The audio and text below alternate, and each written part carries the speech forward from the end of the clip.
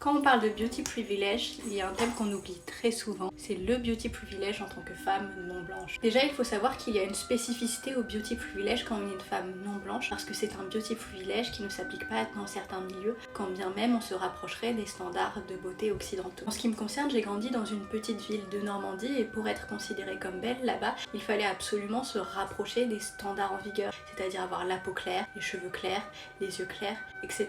Lorsqu'on est une femme non blanche, le beauty privilege dont on peut bénéficier lorsque l'on se rapproche des standards de beauté occidentaux s'appliquera plutôt dans les villes moyennes, dans les grandes villes, là où c'est un peu plus cosmopolite. C'est pour ça que la question du lieu est cruciale, alors que quand on est une femme jeune, mince, avec les yeux clairs, les cheveux clairs, la peau claire, on pourrait être considérée comme belle à peu près partout sans se poser de questions. En passant d'une petite ville de Normandie à une ville moyenne puis à une grande ville, ce que j'ai constaté c'est que le beauty privilege c'est un avantage crucial quand on est une femme non blanche, plus particulièrement. Ça permet d'exister un peu plus, d'être un minimum considéré quand bien même on ne l'aurait pas été autrement. Le problème que ça pose par contre c'est qu'on a plus de chances d'être aliéné à la beauté parce qu'on a une pression supplémentaire d'exister par notre apparence, parce que sinon on est totalement ignoré. En plus ça c'est quelque chose qui ne s'applique pas également à toutes les femmes. Plus on est éloigné des standards de beauté occidentaux, plus on doit faire d'efforts, plus on doit investir dans notre apparence. De ce fait, même l'accès à la beauté, il est inégal. Moi, par exemple, je sais que je bénéficie du colorisme et du texturisme, et c'est pas le cas pour toutes les femmes.